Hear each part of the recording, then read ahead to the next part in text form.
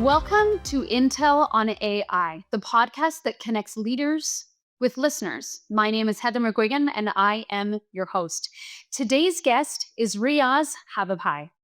Riyaz is the Director of Product Marketing at Google Cloud. He leads dynamic teams specializing in product marketing and pricing to deliver exceptional value to customers and driving substantial growth. His mission is to cultivate a world-class product marketing organization that is customer-centric, data-driven, and highly collaborative. Riyaz, welcome to Intel on AI. Thank you, Heather. Thank you for having me here. Now, we have a collection of fantastic questions, so I'm going to launch right in if you're ready. Go right ahead. So, you've been shaping product marketing at a strategic level for years. How do you define what good AI product marketing looks like today for business leaders? Yeah. So product marketing is, as very well known, is a three-legged stool, or a third leg in a three-legged stool, right?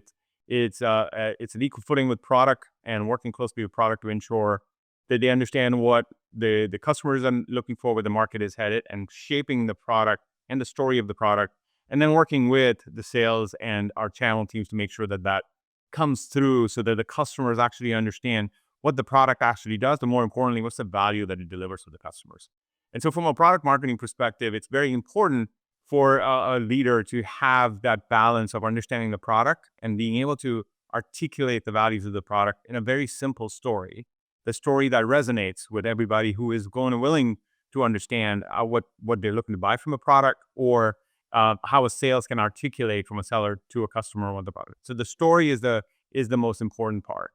In today's day and age, where it's a noisy world, that story needs to be simple and has to cut through the noise, right? So there's a requirement for being simple, but also being to the point. So not getting to where the customer feels that their needs are understood and the product delivers against those needs, right? And I've been a B2B marketer for the longest time. I've never worked in B2C, and there's slight differences between how a B2B and a B2C marketing, at least from my point of view, works. A B2B marketer has to hit some of the table stakes that are critical for a B2B buyer. And that includes that, is your product secure? Do you actually hit the capabilities that I need to be able to fit into my architecture and an infrastructure that I already have? So the simplicity of the story, cutting through the noise, and ensuring that the key table stakes are actually part of it is what makes a great AI product marketing in this particular B2B environment. Now, Google Cloud powers some of the most scalable AI tools in the world. What's a recent announcement or capability that you are especially excited about? Something that CXOs might want to keep on their radar?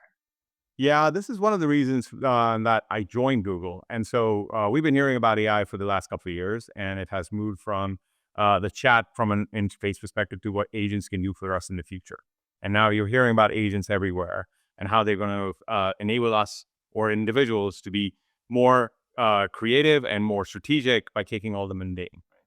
But as you move into this world where humans and AI work together, the agents are going to be prolific across many different platforms.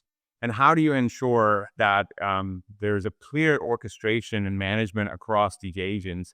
And that's one of the areas that always fascinated me, is there are very few technology companies in the world that have the capability of providing a platform where not only can you adopt and build these agents, but also orchestrate it for your daily job.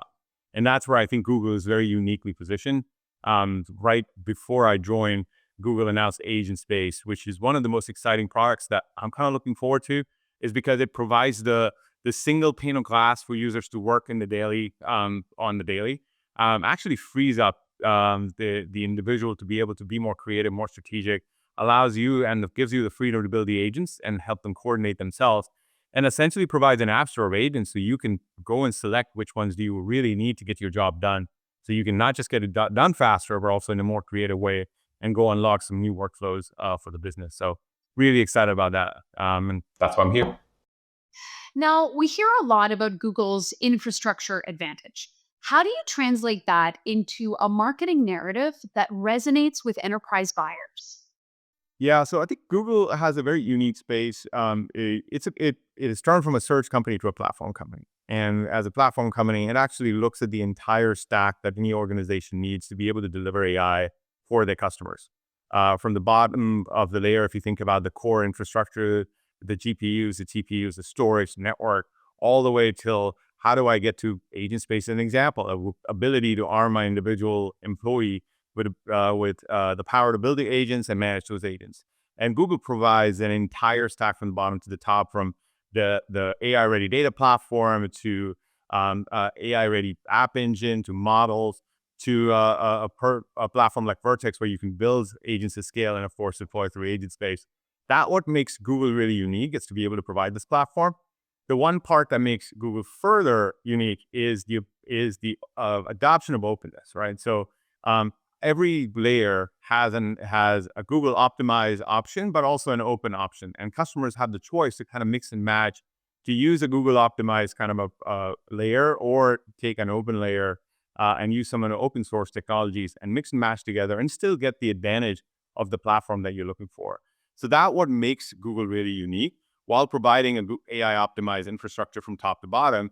It actually still provides an ability for you to mix and match the tools and the capabilities that you see fit for your business without enforcing you to actually use the entire Google architecture, which makes them really unique, right? And there's that familiarity and trust with the company because it's a system and a logo that's so much of that all of us have used and watched to grow over the years that you feel sort of comfortable going, yeah, I'm ready to see what else you can do. You sort of proven yourself over and over and over again as such a reliable mechanism to use for your systems. Absolutely. Like innovation and openness. Those are the two things that Google has always stood for and they continue to stand for, even as the company moves into the age of delivering AI at scale. Now, how do you help enterprise decision makers separate hype, which there is obviously a lot of? You talked about a noisy world. So to separate the hype from real value when it comes to AI solutions. Yeah, I think the first part, at the beginning of the AI trend, there was a lot of skepticism between business leaders to say, is it really true? Is it a hype or is it? Now I think there are enough examples out there for certain workflows in certain scenarios where AI is definitely helping, right? From customer service to code development to code deployment. Um, all of that is starting to take shape and show value to businesses. That now the it's a little bit past hype to say, okay, how can I adopt it in my environment? And so the advice I have for most enterprise or business users, I speak to is look at your own business, understand how AI can really help the workflow that you are actually guiding for. Not every company is a technology company. Every company does have some level of code development and software development in their environment, but it's not be at the scope where AI can really help you there. But it might be other areas. So you understand your business, look at your business, see where AI can really help impact the workflows, right? It's not just about automation. It's about looking at the data that you have in your organization, knowing what you know about your business, and can you add AI to the data that you have to give you the right insights, as well as suggest how you can really enrich the workflows to unlock value for your business. And again, customize, customize, customize. Out of the box, things might not always work for you, but that's the beauty of AI, right? Like it allows you to customize really, really fast versus having to take a legacy way of doing software and bringing that and then having somebody customize for 3 years before it's usable for you. AI shortened that time spans to weeks, if not days.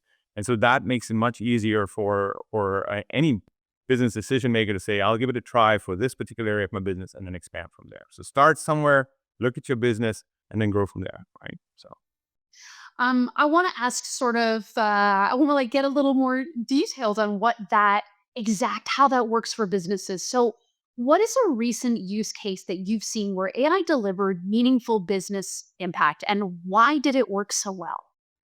I think the ones that we're seeing the most, again, there are areas where which is just very apparent where AI can really help, right? Customer service seems is the most easiest one and most straightforward to kind of actually show. In fact, Google has a product which is the CES suite, which is customer engagement suite, which does exactly that. It has AI optimized to help the customer service agent being able to find the data and deliver value to the person on the other end very quickly. And what that does is it now has the power to bring the ability of AI plus the search that Google actually is known for, bringing it all together to help the end user, in this case, the customer service agent, to be able to find the information they're looking for so that they can really help the customer on the other end, which sometimes we've all been on customer service calls. They can be really painful. So if you can unlock that value for the agent and free them up, they still then can get to the call volumes down to where they need to, right? So that is a very easy one that is, and you've seen plenty of case studies outside of Google as well, where customers actually adopted AI to improve the customer service, right? So that's great. Coding for sure, right? Like across the board, like any software development shop has to be using tools like Google's Code Assist or any of the open source tools to help them develop software faster, test it to ensure that it meets the quality bar, and being able to deliver that at speed and be able to test it, bring it to market, and iterate on it faster. And so those are the two that have actually really built it. But as I said earlier, AI is not about something that, hey, out of the box, what I can do. I mean, these use cases are the simplest one.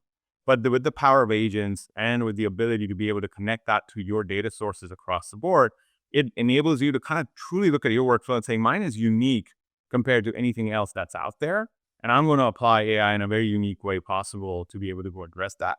And that opens up a whole new plethora of opportunities for businesses to adopt. Right. So. You've mentioned so much that you keep coming back to the customer, the customer, the customer. You've been so deeply customer centric in your conversations. So, what are something customers teach you about how they actually want to use AI? Well, actually, it's in technology in general. So even if we remove AI out of it, being in technology for the last 20 years, the way you build product, or there's a saying, right? Your PRD doesn't meet what the first customer interaction looks like. And so users and customers always find a way to use technology beyond what it was intended to. And coming from the product management background, it's like, well, it wasn't designed that way, or it wasn't designed for that, but people still end up using it. AI just expands it further, right? Like it's you can now you cannot envision all the ways people are going to use your product with AI. So you have to really kind of understand that what you're building will actually not meet a fixed PRD, and so you have to go in with as a product development and product marketing as we think about it. It's not always what comes out of the box, right? Now there's out of box capability, but with AI, you have to infuse with the ability for the end users and the customer to adopt it. Like I said, out of the box is not always going to work. And so ability to customize is what's going to be extremely important. And empathizing with the customer to know that, hey, this is the de facto mode now, right? In the past, when software was used outside of the boundary that it was used for, it's like it's not a supported scenario. Now everything is a supported scenario because you cannot anticipate all the scenarios that you're going to be used for. So how you design software and how you understand how customers are going to use, it's going to be an iterative process where we will all have to reset ourselves on everything as a supported scenario. And how do you think of that in the realm of giving ability for folks to take it and truly customize it for their workflow, even if you build AI into your own product and stuff. So it's not what comes out of the box. Businesses are complex, right? No two businesses are the same. So understanding and empathizing that, yes, we will have to give them ability to figure out how they can use it in this particular product in their own business, and empathizing with that reality is extremely important. It's a fine balance between product development and in this particular world, because usually product development is all about drawing a ring around, hey, this is the scope, and anything outside of the scope is a scope creep, and we won't do it. And AI is disrupting that because everything is a scope creep, right? Because now if you're essentially giving so much power to the end user and they can take it in so many different directions, it is complicating the way product development is done. But you have to change that by truly empathizing and knowing, and instead of fighting the trend, you adopt the trend and saying, all right, this is how people are going to use this in many different ways. So how do we, instead of giving an out-of-the-box solution, give them a ability to customize the platform that they can truly adopt in their environment, right? And it's all about learning from customers and evolving, right? Like I said, product development will go through quite a phase. Product marketing is going through quite a phase of how we tell the story about this, because now the value prop can be, you can do anything with this, right? And so when you try to be everything for everybody, you end up being nothing for nobody. And so that's the beauty of it. It's like, how do you develop a product and how do you take it to market in a way that people can actually consume it and use it in their environment? So Now, from your vantage point, what are some shifts that you're seeing in AI adoption across industries? What are execs sort of prioritizing at the moment? Well, like I said earlier, right? Like the low hanging fruits are all easy to go through. Like code development was the easiest. It's like, can you arm a software developer to code faster, being able to write their own tests and validate if the code is actually functions? So you move from ideation to production pretty quickly. And that has been very adopted. There are a ton of tools out there to help you with it, right? There are companies like Cursor and others that are smaller that are moving really fast on this way. Google has a ton of tools available that can help for software development. And so those are, like I said, software development, customer service agents, service industry in general. You're seeing a lot of the adoption already happening. Right? The real unlock is going to happen where, like I said earlier, it's about customizing for your business. Yeah, there are some functions across businesses that are consistent, but how do you take if I'm a manufacturing business and when I look at the daily workflows of my folks, right? Where are the areas where I can apply AI that actually enhances their workflows to be able to move faster, right? The production of the manufacturing plant is going to be the production manufacturing plant, but how do you bring the human aspect of it, look at the human workforce and give them the ability to work with the agentic workforce together to really shorten the time frame? That is the real unlock that's going to happen, and that will have to happen based on, like I said, understanding your business. How do you apply the workflows that you have to? So it's not, again, not going to be out of the box, but it is, if you adopt a platform, for example, like Google, it gives you the ability to go take a step back and look at the broader picture and then apply it to your business. Now, marketing has obviously shifted the whole concept of it because of AI. So, how do you coach for that? Yeah, it's an interesting. In fact, this was the conversation I was in with a product manager, product marketing person who graduated recently. My first one was just be AI forward, right? And that is actually a double edge. It's about use AI in your day to day job. How do you get a better writer, or how you become a better storyteller, or just learning the tools that you have and get better at it. But also, how does AI actually help infuse in your product? So if you're a product marketing person, how is AI within your product actually helping the end user? So use the tools yourself, but also how is the investments and the innovation that's in the product itself, how is enabling the end user to be more successful, and understanding and empathizing that helps you tell the better story. Coming back to our point number one, just being a great story to simplifier and telling a simple story, understanding those two aspects are really important. You have to be an evangelizer, right? And so you can only evangelize if you adopt it, you use it, and you truly believe in it. Then you can be a true evangelist. So comes back to point number one: always lean into AI, be AI forward yourself, evangelize, and look for disruptions. I think the world of AI is changing so much across the board. Find the ways you can keep a pulse on what's happening out there. What's the norm? What's changing? What are the recent tools available? Go play with it, right? I am a developer at heart. I went to, you might have seen a resume. I have a computer science degree, but for the last 5, 7 years, I haven't written any code. And over the a Memorial Day weekend, just at a spur through AI Studio, Google AI Studio, I was able to build an app in 3 days without writing a single line of code. A fully functional app deployed in the cloud, and it was just IO, right? It we can build the passion of building something from ground up without having to learn an entirely new language, understanding the syntax. That would have taken me at least a year to come up to speed. And you can do this in a weekend. And so that just shows you that this technology is super disruptive. And as a product marketer, you need to be able to walk in the shoes of your customers, but also look at how can you get better at doing your job as well. Right. So And it opens up a world of creativity at this point where you think, really. I don't have a year. I got kids. I can't write it. They can't write a whole lot. I don't have that kind of time. Right. So in something like AI that's so data driven, how do you balance creativity? Yeah, I think it's a little bit of a part of data-driven decisions versus making a decision based on guts, right? I think that's the balance of what I think is creativity. It's not always data-driven decision. It's also not flying by the seat of your pants, right? And so, being open to new ideas, trying new ideas, but also grounding yourself in data But one of the frameworks that I'm a big fan of is the type 1 versus type 2 decision framework that Basis has actually talked about before. I think it becomes more relevant now in this world as the pace that we're executing with than it has ever been in the past, where you look at the decisions which are type 1 decisions, which are irreversible decisions. They're hard decisions, and spending more time on that and understanding where we need to get the data, how do we make the decision, what is the decision making criteria for that, and taking more time for it. But there are very few decisions in life that actually fall there. A majority of the decisions we work with are type 2 decisions. Try something, it worked, didn't work, you learn, you iterate, and move fast.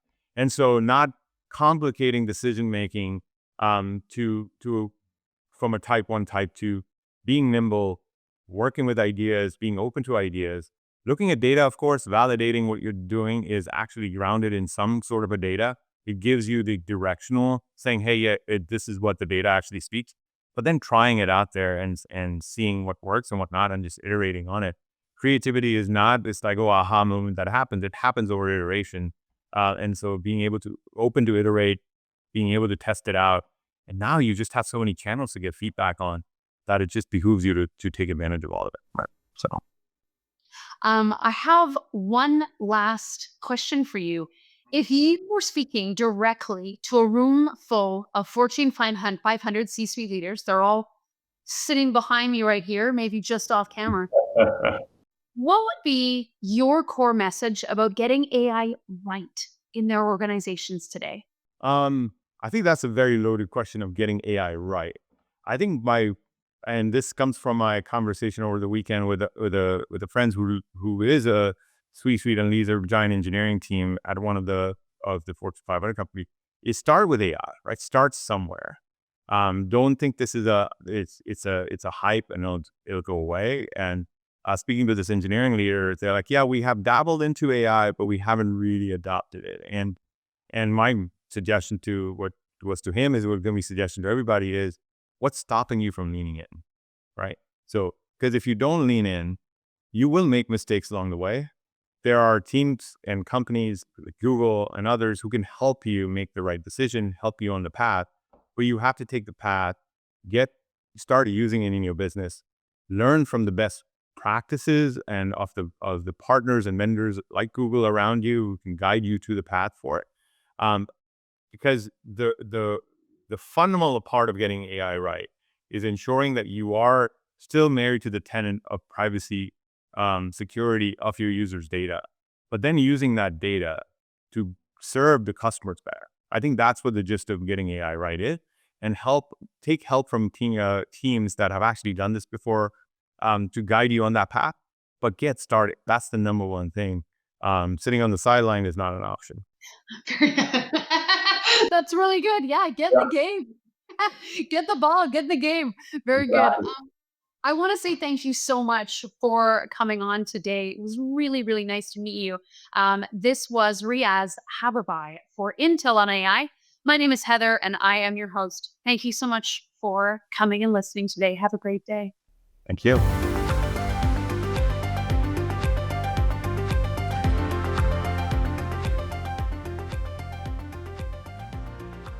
Visit intel.com/AI to learn more.